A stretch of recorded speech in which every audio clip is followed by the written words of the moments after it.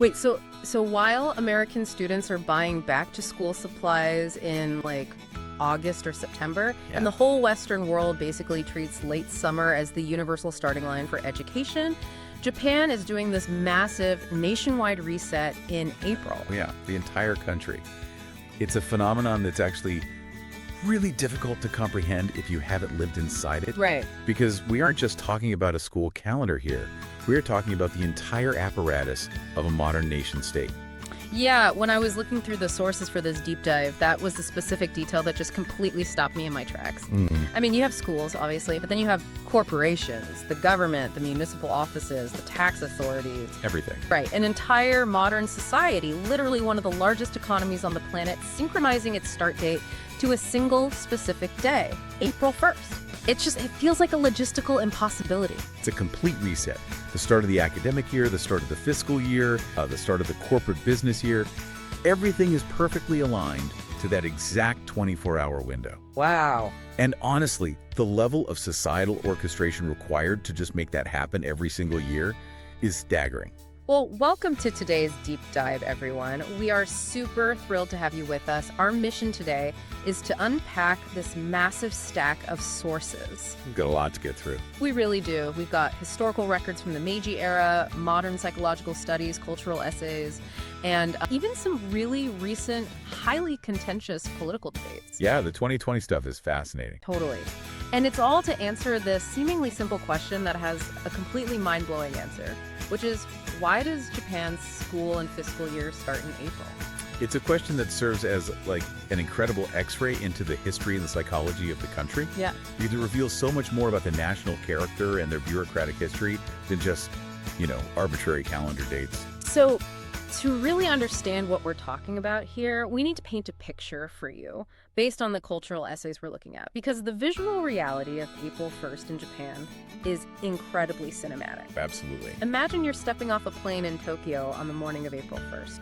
You walk into a major train station like Shinjuku or Tokyo Station, or, you step out into a business district like Marunouchi. Right. You are immediately met by literal armies of young people. And the visual uniformity is just striking. Exactly. They are all wearing these identical, slightly ill-fitting black or navy suits. The recruit suits. Right, the recruit suits. And they're all heading to their nushashiki, which are these massive company entrance ceremonies. Yeah, millions of fresh university graduates. Millions of them, who were all hired simultaneously through this rigid, synchronized recruitment process. And they're entering the corporate world on the exact same day. Just walking into their new corporate headquarters like this cohesive single batch. It's wild.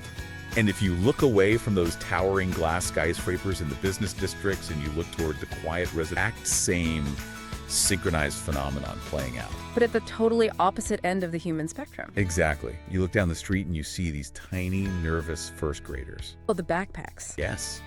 They are weighed down by these giant, pristine, boxy leather backpacks called rando seru. Which honestly usually look bigger than the kids themselves. They really do. And they're walking to school for the very first time, usually with their parents walking a few steps behind them, taking a million photos. Naturally. And framing all of this, literally falling around the shoulders of these corporate recruits and the tiny first graders, is a canopy of pink cherry blossoms, the sakura. It's like a movie set. It's the quintessential iconic image of Japanese spring. It is. It's broadcast on every television news program. It's printed in every newspaper, celebrated in countless songs and films. It's everywhere. So my natural assumption, and I think the assumption of anyone watching this unfold, is that it has to be because of the cherry blossoms, right? That would be the logical, poetic guess, yeah. Like, did the architects of modern Japan just want this beautiful, poetic, fresh start? Like, hey, let's align human growth and societal progress with the cycle of nature. The flowers bloom, and so do our children and our businesses. You would absolutely think so. I mean, it makes perfect sense aesthetically. And frankly, it's the narrative that naturally overlaid itself onto the calendar over the last century. But the truth found in the historical records is far less romantic. I knew it! The actual origin of this synchronized April start involves a massive government cover-up, military draft dodging, and, of all things, a desperate accounting trick involving the tax on sake. Wait, a government cover-up, draft dodging, and saking? Yep. You could not write a more surprising script if you tried. But before we get into those plot twists, we need to establish the baseline of how unusual this whole thing is. Right, because starting everything in April is a massive outlier on a global scale. It's a distinct anomaly. If we connect this to the broader global picture, the international standard for the start of the academic year is overwhelmingly September. Or, depending on the latitude, late summer like August. Yeah, you see this deeply entrenched in the US, throughout the UK, across Europe in places like France and Germany, and even in China. And the sources point out that there is a very practical, historical reason why the US and Europe settled on September. It has nothing to do with arbitrary calendar planning, does it? Not at all. Yeah. It all goes back to the absolute necessity of agriculture. The agrarian roots. Precisely. In pre-industrial societies in the West, children were not just students, they were essential economic assets. Right, they were labor. Exactly. They were vital labor for the late summer wheat harvests. You simply could not have children sitting at wooden desks in a classroom when you needed every available hand in the fields. Just to ensure the community brought in enough food to survive the coming winter. Right. So the educational infrastructure essentially shut down for a long summer break, and schools only resumed in September when the intense peak harvest farm work had finally subsided. Now, Japan was also a massive agrarian society for most of its history, right? I mean, they grew rice instead of wheat, which has a slightly different harvest cycle, but the concept of children as But what really fascinated me in the historical documents is that in the early days of Japan's modernization, the Meiji era, specifically around the 1872 educational reform known as the Gakusei Japan, actually did start its schools in September. Yes, that is a crucial piece of the puzzle that often gets forgotten. I had no idea. Yeah, when the Meiji Restoration occurred in 1868, Japan emerged from over 2 centuries of self-imposed isolation. The samurai era. Right, and the new leadership was absolutely terrified of being colonized by Western powers. They realized that to survive, they had to modernize, industrialize, and educate their population at lightning speed. So they basically looked at the global superpowers of the time and Sent delegations, like the famous Iwakura mission, around the world to study Western institutions. And when it came to education, they deliberately copied the German and British models. because they saw it as the gold standard. Completely. The Western system, with its rigid grade levels, standardized curriculum, and September enrollment, was viewed as the pinnacle of modern progress. So, Japan adopted the September start date. Which makes the current April reality even more bizarre. Oh, it gets weirder. But wait, to fully appreciate how massive of a paradigm shift this 1872 Gakusei reform was, we have to look at what education was like before the Meiji era. During the Edo period. Right, during the samurai era, the Edo period, education wasn't synchronized at all. No, during the Edo period, the concept of a synchronized school year simply did not exist. The entire approach to learning was highly individualized. How did it work? Well, education for the common people, like the merchants and the artisans, happened in institutions called terakoya. Which translates roughly to temple schools. Temple schools, yeah. Though they were often just private neighborhood classrooms run by a local scholar, maybe a retired samurai or a Buddhist priest. And the enrollment process for a terakoya was the complete opposite of what we see in Japan today, right? Like, there was no unified entrance ceremony. Not at all. A family might decide to send their child to the local terakoya in the spring, simply because the weather was getting warmer, the snow had melted, and it was just physically easier for a young child to walk to the school. That makes total sense. Right. But enrollment was entirely rolling. You could start in spring, summer, or winter, whenever. And the curriculum was just as fluid. I read that if you walked into a terakoya, you wouldn't see a teacher standing at the front of the room lecturing to 30 students who were all reading the exact same page of the exact same textbook. No, the teacher would be managing a room full of children of completely varying ages. And every single child would be working on something different. Exactly. It was incredibly customized. One child might be learning basic calligraphy strokes, while another is practicing writing formal business letters for their family's merchant shop. And another is learning how to use an abacus. Right. Advancement was entirely based on individual mastery. Yeah. You moved forward at your own pace. You didn't graduate based on what month it was. You moved on when you had mastered the necessary skills. So we have this historical progression that goes from a totally flexible, individualized, rolling admission system in the Edo period Right. to a rigid Western-style September system in 1872. Yeah. And then they completely abandoned that Western standard for an April start. Why on earth would a government that was so obsessed with matching the West suddenly deviate from the global standard? Well, to get to the real reason, we first have to clear away a very persistent piece of historical misinformation. The UK myth. Yes. If you search online for why Japan's fiscal and school year starts in April, you will inevitably come across a theory that suggests Japan simply copied the United Kingdom's April fiscal year. Which sounds totally believable because the UK still runs its tax year from April to April. True. And since Japan was heavily influenced by British engineering, their naval architecture, their railway systems during the Meiji era, it seems totally plausible that some Meiji bureaucrat just copy-pasted the British calendar system. It sounds incredibly plausible, but the academic research definitively proves this is a myth. The UK's April start has its own bizarre, fascinating, and deeply convoluted history that is completely unrelated to Japan's reasoning. The British calendar shift is actually hilarious when you look at the mechanics of it. Historically, the British year traditionally started on Lady Day, right? Yes, Lady Day, which was March 25th. It was tied to the religious calendar, the Feast of the Annunciation. Rents were due, agricultural contracts were signed, and taxes were assessed on that day. Okay, so March 25th. But in 1752, the British Empire finally decided to align itself with the rest of Europe and switch from the old Julian calendar to the new Gregorian calendar. Because the Julian calendar had that slight mathematical flaw in how it calculated leap years, right? Exactly. So over the centuries, it had drifted out of sync with the actual solar year. By 1752, the calendar was off by 11 days. Wow, 11 days. So to fix this, the British government passed a law that literally wiped 11 days off the calendar. Wednesday, September 2nd, 1752, was immediately followed by Thursday, September 14th. Which created an absolute nightmare for the British Treasury. A total nightmare. Because from a tax perspective, the government faced a massive mathematical dilemma. If they collected a full year's worth of taxes on the traditional date of March 25th, but the preceding year had been artificially shortened by those 11 days, the taxpayers would have been essentially robbed. Right, they would be paying for 365 days of governance, but only receiving 354 days of time. And people in 1752 were already confused and angry about the calendar change to begin with, so taxing them for days that didn't literally exist would have caused a revolt. Without a doubt.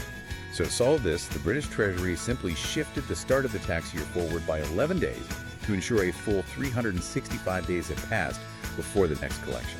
And that pushed the date from March 25th to April 5th. Exactly. And later administrative adjustments eventually locked the British corporate tax year to April 1st and the personal tax year to April 6th. It's just a fascinating historical quirk, a byproduct of 18th century astronomical adjustments and, tax fairness. But did the Japanese bureaucrats in the 1880s look at that convoluted British history and decide to emulate it? According to the archives, absolutely not. Japan's shift to April was a purely domestic, highly controversial, and intensely political maneuver born out of desperation. It had nothing to do with astronomical calendar drift or copying the British Treasury. No, to understand the real origin, we have to step into the shifting, incredibly chaotic timeline of the early Meiji period's fiscal calendar. Okay, set the scene for us. Between the Meiji Restoration in 1868 and the final lock-in of 1886, the Japanese government was essentially flying blind.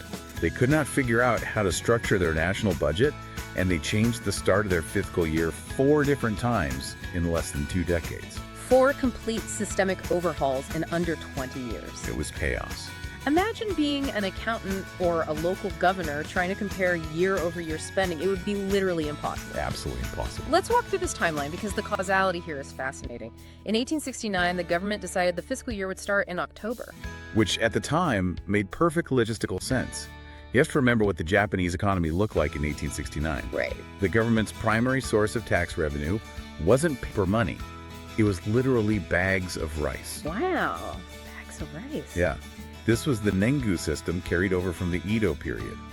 Taxes were assessed based on the agricultural yield of the land. So if your revenue is rice, your fiscal calendar has to follow the life cycle of the rice plant.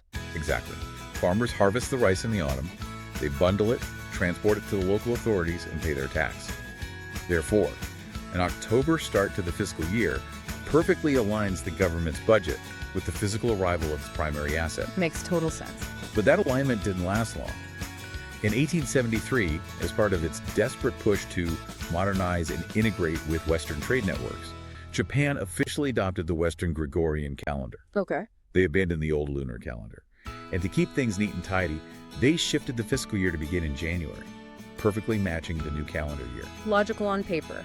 You adopt a new calendar, you align your budget to it. Right. But that January start collided disastrously with another massive reform they pushed through in 1873, which was the land tax reform. The land tax reform was arguably one of the most disruptive policies of the early Meiji era. How so? The government realized that a modern nation-state cannot fund a standing army, build railways, and establish a centralized bureaucracy using bags of rice whose value fluctuates based on weather and market conditions. You can't buy a battleship with rice. Exactly. They needed stable, predictable, liquid capital. So they mandated that land taxes must be paid in cash based on the assessed value of the land, regardless of the harvest yield. And this cash requirement completely broke the timeline for the farmers, forcing another calendar shift. It did. Because think about the mechanism here.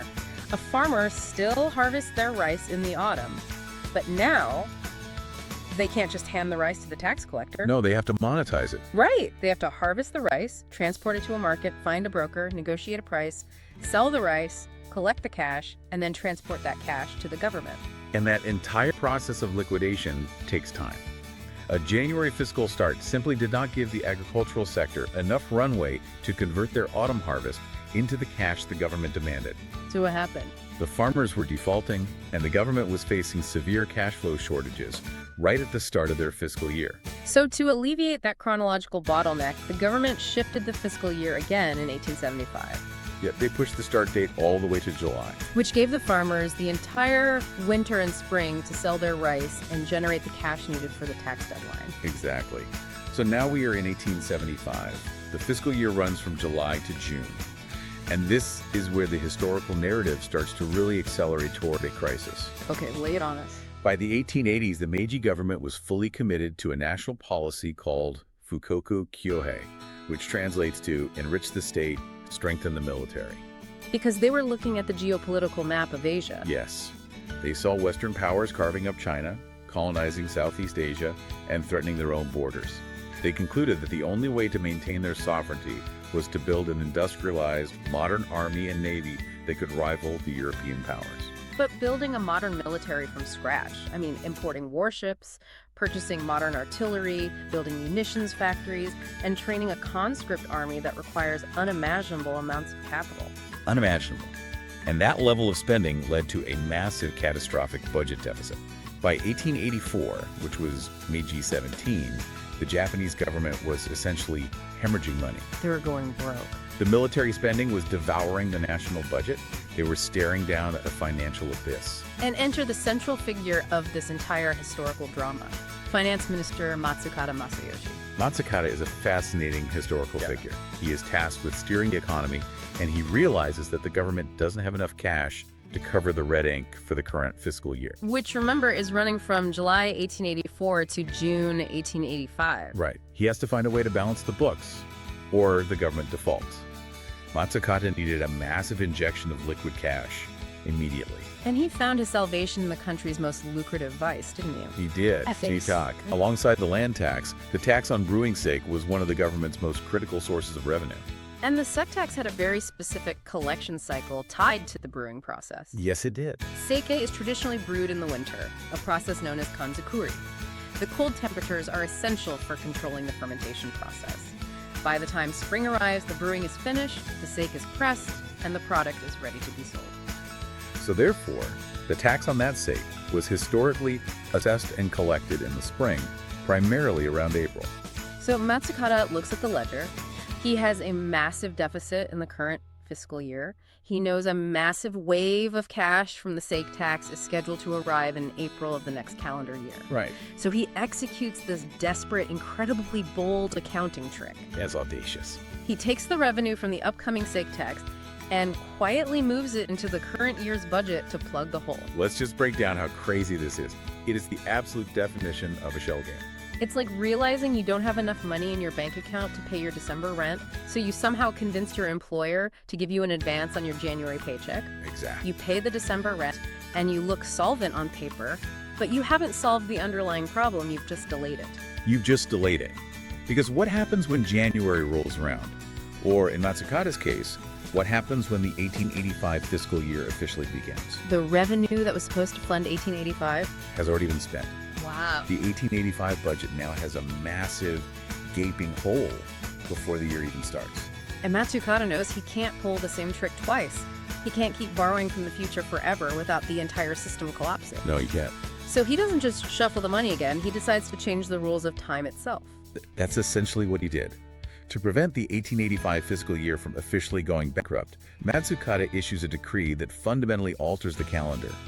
He dictates that the 1885 fiscal year will simply end early. Unbelievable. Instead of running a full 12 months from July to June, he artificially truncates the 1885 fiscal year to just 9 months. It'll run from July 1885 and abruptly end in March 1886. He just chops 3 months off the ledger. And by doing that, he resets the clock. He announces that from now on, the new fiscal year will begin on April 1st, 1886. And why April 1st? Because that aligned perfectly with the collection period of the state tax. Unbelievable. By shifting the start of the fiscal year to April, the government could legitimately claim that massive wave of state tax revenue at the very start of their newly designed year. The ledger looked balanced, the deficit was hidden. Exactly.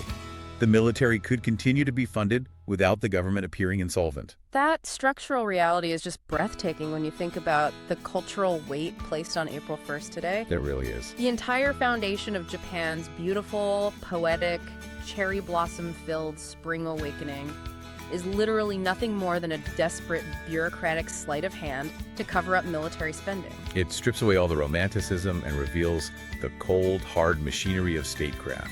It perfectly illustrates how decisions made in the sterile environment of a finance ministry can ripple out and permanently alter the rhythm of a culture.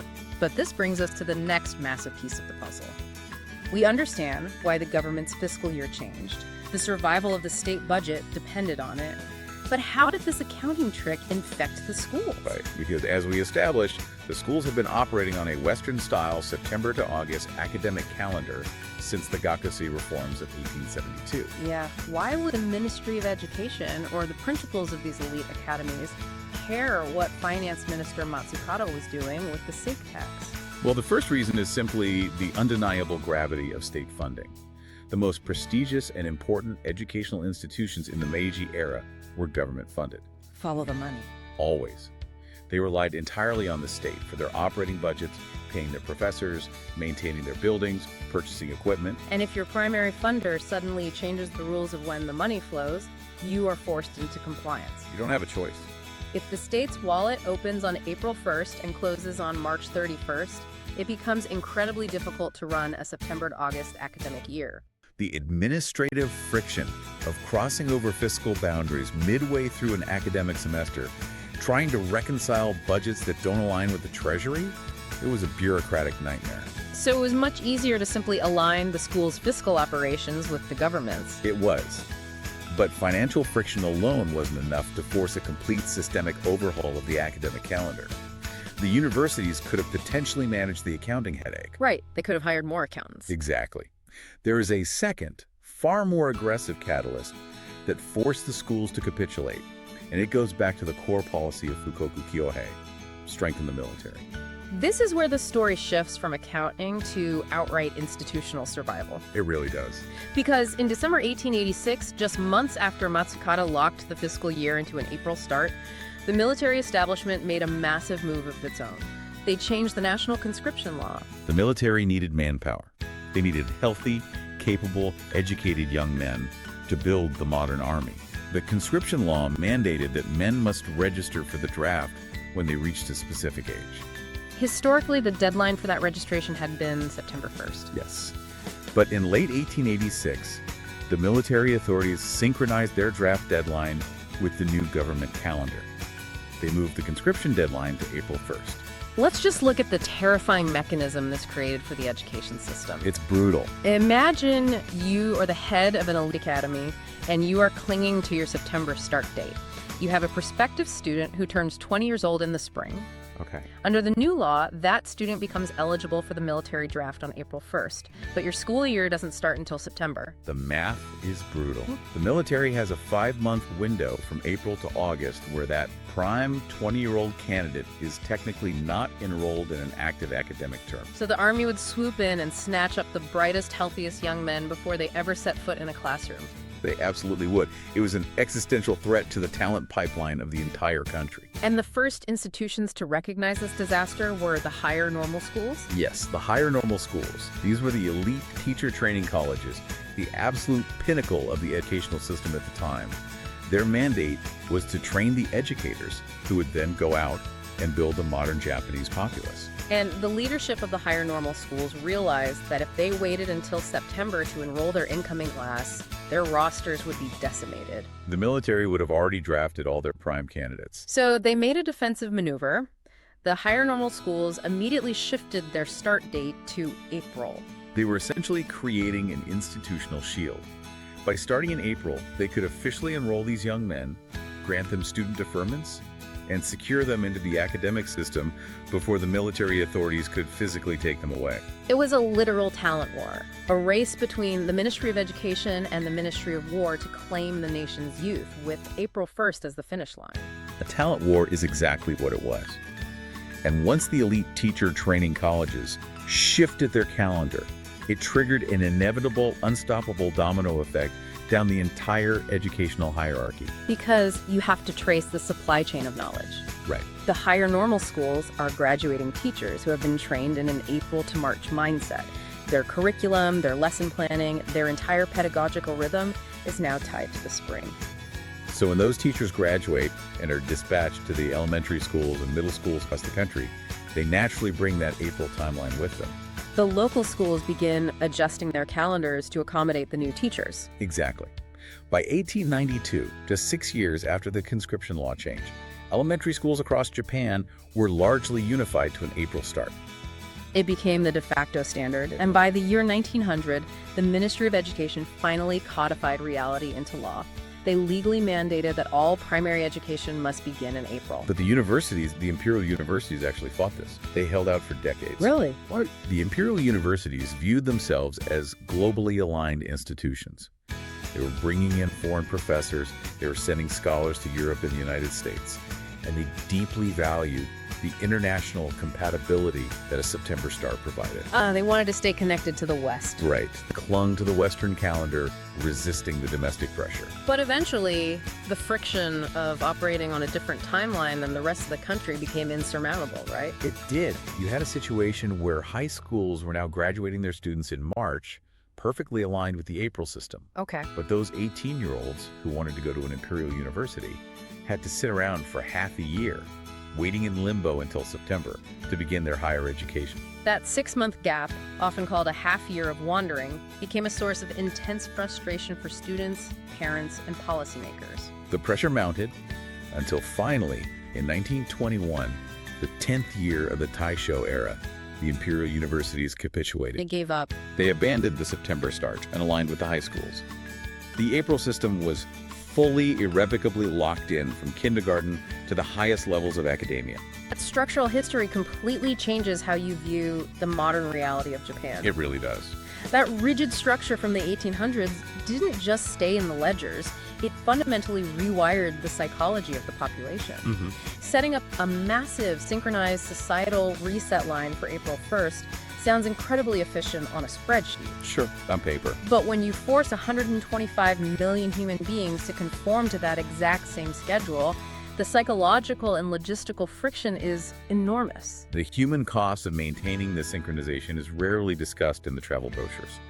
To reach that pristine, cherry blossom framed starting line on April 1st, the entire country has to endure a period of intense, collective stress that the sources colloquially refer to as March Madness. And to be clear, March Madness in Japan has absolutely nothing to do with college basketball. No, not at all. It is the frenzy of the fiscal and academic year-end colliding in real time. Imagine the logistics. You have every corporate department desperately trying to audit their books and burn through the remainder of their fiscal budgets. You have every university and high school orchestrating massive graduation ceremonies. And perhaps most disruptively, you have the corporate transfer system. Transfers. Many large Japanese corporations engage in a practice of rotating their employees to different branches every few years to build institutional knowledge and prevent localized corruption. These transfers overwhelmingly take effect on April 1st. which creates a localized logistical nightmare. I was reading a breakdown of the moving industry during this period. Because hundreds of thousands of corporate employees are all commanded to relocate at the exact same time, trying to book a moving truck in March is nearly impossible. The prices skyrocket due to the artificially compressed demand. You have families scrambling to find new apartments, register their schools. It is a period of profound physical and emotional exhaustion. And the social calendar alone is punishing. The parties, right? Yes, it is an endless gauntlet of Sobetsukai farewell parties. You are simultaneously trying to wrap up huge year-end projects at the office, saying emotional goodbyes to colleagues you may never work with again, packing up your entire life into cardboard boxes, and bracing yourself for the anxiety of entering a completely new environment. All of this is compressed into a brutal 3-week window. It's intense. But within that brutal stress, there are moments of incredible cultural tenderness. The rigid structure of the calendar has birthed these uniquely Japanese cultural touchstones that help people process the emotional weight of this collective transition. There's definitely a poetic side to it. One detail that absolutely fascinated me in the sources involves the graduating high school students in March.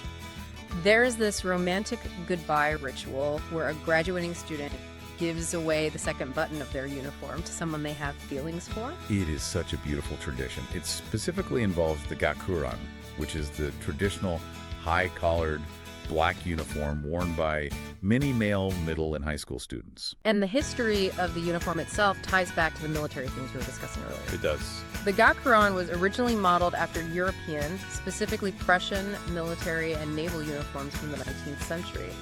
So you have this piece of clothing rooted in rigid discipline. But during graduation in March, it becomes the center of this incredibly sweet, vulnerable moment. It's a great contrast. Why the second button specifically, though? The tradition dictates the second button from the top because, anatomically, it is the button that rests physically closest to the heart. Giving it to a junior student, or someone you have secretly admired, is a tangible way of leaving a piece of your heart behind as you are forced by the calendar to move forward into the next synchronized phase of life. It's a poignant contrast. The bureaucracy demands that everyone pack up and move on, but human nature finds a way to create these deeply emotional anchors. Absolutely. But as we transition past March 31st and hit the April 1st start date, not all the psychological side effects are poetic. We have to talk about the dark side of the synchronized reset. We do. Because you survived March Madness, you hit the starting line on April 1st, you are wearing your crisp new recruit suit or carrying your pristine backpack. The adrenaline is pumping. Right. You are hyper-focused on making a good impression, learning the new corporate hierarchy, or figuring out your new university schedule. And then you hit a wall, a massive psychological wall. We are talking about Gogutsubyo, which translates to the May Blues. Let's break down the etiology of Gogutsubyo, because it sounds like a very specific, culturally bound phenomenon, but the mechanics of it are universal to human psychology. It is rooted in the sudden evaporation of adrenaline. Throughout March and April, individuals are running on a cocktail of stress, excitement, and intense social pressure. They are trying desperately to fit in, to mask their exhaustion, and to perform the role of the energetic new employee or the eager new student. But the human body cannot sustain that level of hypervigilance indefinitely. And the calendar provides the exact moment for the crash. In late April and early May, Japan observes a cluster of national holidays known as Golden Week. It is a rare period of extended time off. For many of these new recruits and students, Golden Week is the very first time since February that they actually have a moment to stop running, sit quietly in their new apartments, and just breathe. And when they stop running, the exhaustion violently catches up to them. After Golden Week concludes, and it is time to return to the office or the lecture hall, a significant percentage of people find they simply cannot motivate themselves to go back. They hit a severe psychological wall. The symptoms described in the literature are profound apathy, severe lethargy, insomnia, loss of appetite, and a deep sense of dread. The term Gogutsubyo actually gained traction in the late 1960s and 70s. It was originally used to describe university students who had spent years surviving the grueling examination hell, the intense high-stakes testing required to get into a top-tier university. Right. They pushed themselves to the absolute brink. They finally got accepted. They arrived on campus in April, and then they felt totally empty. They had achieved the singular goal society set for them, and they had no internal motivation left. Today, modern psychologists and psychiatrists in Japan largely equate Gogatsubiyo to a form of adjustment disorder or mild clinical depression triggered by environmental transition. It has expanded way beyond universities. It heavily affects the corporate world, where the gap between the idealized expectations of a new job and the mundane, often rigid reality of corporate life becomes glaringly apparent after the initial excitement fades. This psychological toll is not just anecdotal either. The sources provided an incredibly concrete, peer-reviewed medical study that quantified the depressive impact of this calendar system. Well, that study's fascinating. And the data from this study completely shifted my perspective. The study was looking at depression among university students in Japan during the COVID-19 pandemic. It's a great piece of research because it inadvertently isolated the variable of the April screw date. The researchers were tracking the depressive states of a large cohort of university students using a clinical assessment tool called the PHQ-9. For those who might not be familiar with clinical psychology, the PHQ-9 is the Patient Health Questionnaire. It's a standard 9-question instrument used by medical professionals to screen for, diagnose, and measure the severity of depression. It asks patients how often they have been bothered by things like feeling hopeless, having trouble sleeping, or feeling like a failure. It generates a quantifiable score of depressive severity. And the researchers' original hypothesis was entirely logical based on global trends. They assumed that the Japanese government's declarations of a state of emergency, the sudden lockdowns, the pivot to online learning, the profound social isolation would be the primary trigger for dramatic spikes in the students' PHQ-9 depression scores. Which makes perfect sense. That is exactly what the data showed in the United States, in Europe, and practically everywhere else in the world. The virus and the resulting lockdowns caused a global mental health crisis. But when the researchers analyzed the data from the Japanese students, they discovered a completely different, highly localized pattern. The major spikes in severe depressive symptoms were not primarily tracking with the pandemic lockdowns or the infection waves. Instead, the researchers found a temporal anomaly. They were tracking different cohorts of students. And they noticed that the most significant statistical exacerbation of depressive symptoms occurred precisely at the 28-week evaluation mark for the cohorts that had started their academic tracking in the autumn. If you do the math on that timeline, you take an autumn cohort, you track them through the winter, and exactly 28 weeks later, You land precisely in April. you land in April. The spike correlated exactly to the start of the new academic year and the transition into a new grade level. The researchers concluded that the societal pressure, the environmental upheaval, and the psychological maladjustment caused by the synchronized April reset was a more consistent and statistically significant trigger for severe depression than the global pandemic itself. It is a staggering conclusion. It quantifies the immense psychological cost of demanding that an entire population transition, adapt, perform, and succeed on the exact same timeline simultaneously. The pressure cooker is so intense that it outpaced the anxiety of a novel, deadly virus. I want to let that sink in for the listener because it completely strips away the romance. Japanese calendar is a quantifiable public health stressor, It is. which naturally leads to the ultimate question that anyone looking at this system would ask. If this system is this stressful, if it causes March Madness, if it triggers Gogatsubiyo, and if it completely misaligns Japan with the global educational standard of September, Why don't they just change it back? why don't they just change it back? It is the most logical question to ask, and it is a question the Japanese society debated fiercely very recently. The debate over reverting to a September start exploded into the national consciousness in the year 2020. The pandemic presented what many reformers saw as a once-in-a-century opportunity. When COVID-19 hit Japan in early 2020, schools across the country were abruptly closed in the spring to prevent the spread of the virus. Students were sitting at home, losing months of vital classroom education. And in a society where your entire future can be dictated by a single high-stakes university entrance exam, losing months of curriculum is terrifying. In April 2020, right in the middle of this anxiety, a third-year high school student who was deeply panicked about missing the material she needed to study for her upcoming university exams took action. She started an online petition proposing a remarkably simple fix to the crisis. Officially shift the start of the Japanese school year to September. The logic of her petition was brilliant in its simplicity.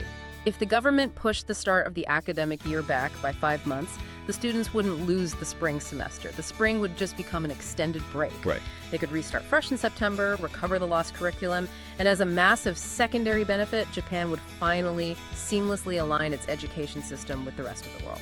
And this was not just a fringe idea born on the internet. This petition gained serious mainstream political traction almost overnight. The momentum was incredible. Prefectural governors who were struggling to manage the educational chaos in their jurisdictions jumped on board immediately. Yuriko Koike, the highly influential governor of Tokyo, strongly and publicly supported the transition. Even the prime minister at the time, Shinzo Abe, voiced openness to the idea. I read that Abe had actually proposed moving Japan to a September start years earlier, outlining the idea in a book he published in 2006. He did. The arguments for the change were compelling. Beyond fixing the immediate pandemic deficit, a September start would aggressively globalize Japanese education. It would make it infinitely easier for Japanese students to study abroad at Western universities without losing a year of academic standing. And it would make it vastly easier for international students and foreign professors to integrate into Japanese universities. You have the prime minister, the governor of Tokyo, academic reformers, and popular sentiment all leaning toward this change. It seems like an unstoppable wave. It was the perfect moment to modernize a system born out of an 1886 military budget, relieve the April pressure cooker, and globalize the youth. The momentum felt inevitable. But within 40 days of the petition gaining national prominence, the entire proposal was dead in the water. How does that happen? How do you kill a reform with that much logical and political momentum? Impartially looking at the political reality outlined in the government, documents, and press reports from that time, the fatal pushback came from the entrenched bureaucratic heavyweights, the Ministry of Education, Culture, Sports, Science and Technology, and the Ministry of Finance. They essentially formed a working group, looked at the proposal, and declared that the logistical math simply did not work. The accountants strike again. Just like Finance Minister Matsukata in 1886, the fate of the calendar came down to ledgers and logistics. I dug into the specific arguments they made, and honestly, the logistical cascade of changing the date is mind-bending. It really is. Let's break down exactly what a transition to a September system would look like on the ground. The core problem lies in the first years of the transition. If you shift the academic starting line from April to September, that transitional school year cannot simply be 12 months long. Correct. You have to account for the children who are legally mandated to begin their education. If you delay the start, that transitional cohort of first graders isn't just the kids born within a 12-month window. It becomes a 17-month cohort. Wait, let me make sure I have this straight.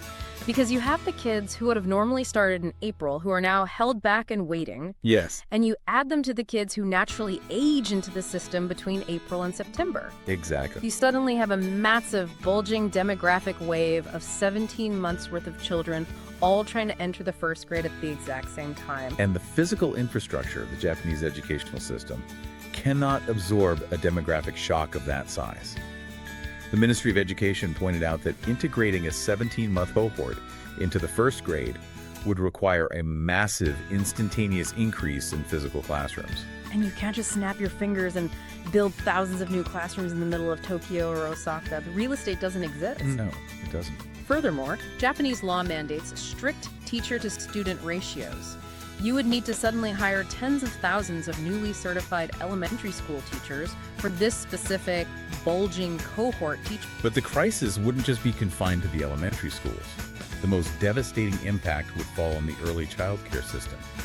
For those 5 extra months from April to September, that 17-month cohort of children cannot enter first grade. Which means they have to stay in kindergarten or daycare. And this touches on one of the most severe chronic social issues in modern Japan, Taikijido, or children waiting for daycare. Japan already suffers from a severe shortage of daycare facilities.